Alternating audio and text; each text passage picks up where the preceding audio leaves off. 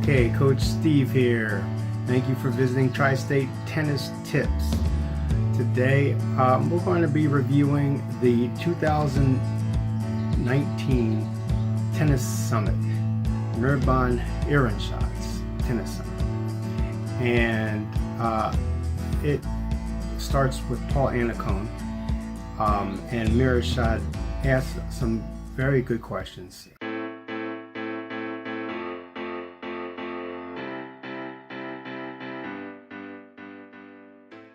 Hey everyone, I'm Mehrban Iranshad, and we're here at Tennis Summit 2019 to talk with legendary coach, TV commentator, and former ATP pro Paul Annacone about the top winning singles strategies used by Grand Slam champions.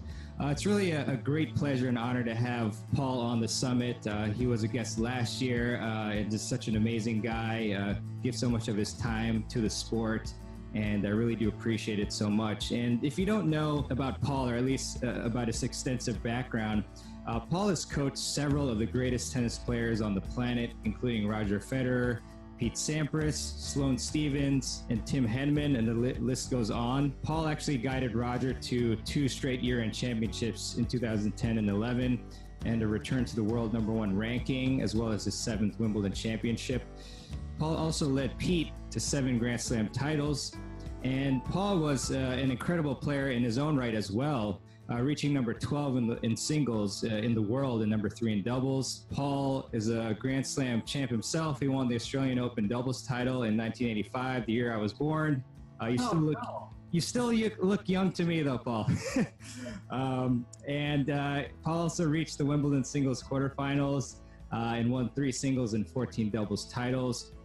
Paul also published a fantastic book called Coaching for Life, where Paul talks about his experiences with these great champions that he's coached to give readers a blueprint on overcoming challenges and succeeding both on the court and in life, which is something that I like to talk about as well, as far as many lessons in tennis, transitioning and working for the rest of your life. Any challenges that you have. And Paul, as I mentioned, we frequently see him on TV and really love and enjoy his commentating and analyzation of the game. And you should definitely check out Paul's website at paulannacone.com. So with that being said, Paul, great pleasure to have you on the summit again. Thanks so much for your time. Oh, thanks for having me. Always look forward to it. Thanks, Paul. Really appreciate it. And Iranshad asked some very good questions. And the first one is, what is it that what is your primary objective when you are teaching Roger Federer and Pete Sampras? Okay, so what Annacone said was, no matter who the student is, we start off with goals and objectives, meaning that you have to have long-term goals, you have to have short-term goals, and you have to have immediate goals like daily and weekly goals. Those would fall under the category of, immediate goals. And so he said that Roger and Pete would have these goals set so that as soon as one thing happened, they could rebound from it and get to the next thing, because it's on their agenda. Okay, so if you win or lose the French, or you win or lose the US Open, it's you got to think about your next goal. Okay, so if you, one of the things he says that Pete was able to recover from losing the French because he knew that the grass court was the next goal.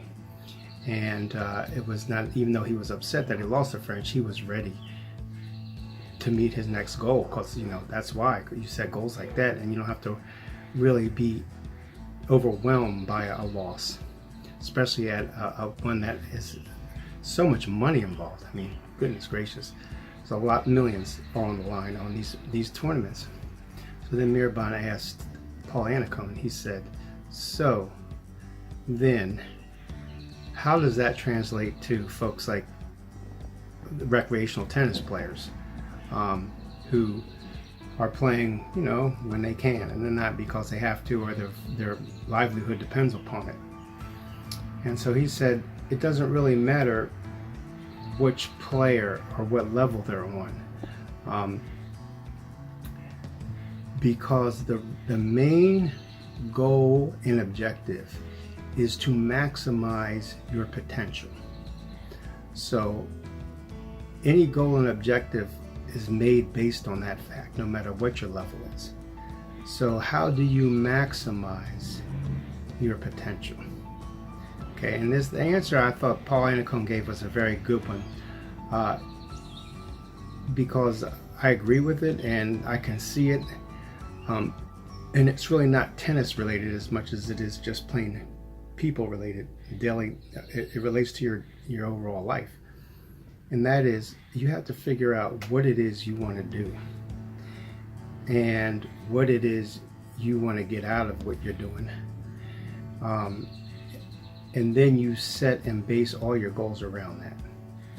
So for example, if you're a club level player, you might want to work on your stamina, because the last time you got beat, it wasn't because your technique or your tactics, it was because your endurance. It was hot out there and you couldn't hang. Or vice versa, you may have great physical endurance and you may have great tactics, but your technique is lacking. So your desire, what you want, may be to really be able to hit that follow through forehand, with top spin, or a slice backhand, like one of the pros. So you can set goals up and objectives based upon those types of things. And another thing he said was, you want to match your strengths to another person's weakness. So then Mehrban asked him, he said, well, then some of these players don't seem to have any weaknesses. It's like they got a backhand, they got a forehand, they got everything. So how do you match your strength to a person who's got all the strokes? And he says it's true. On that pro level, it seems like they got the backhand, the forehand, the lob, the smash, the drop shot, every shot. But even Roger Federer has weaknesses.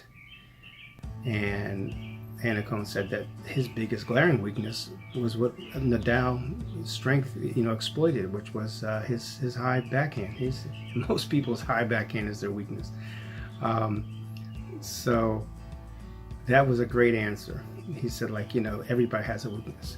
And he says Nadal's weakness is his serve. If you can exploit his first and second serve and really take it to him on that serve, then you have a chance to play offense in that point. Otherwise, Nadal's going to take it to you every shot. He's going to be playing offense, and you're going to have to defend better than his offense, and that might be not hard against a lefty with all that topspin.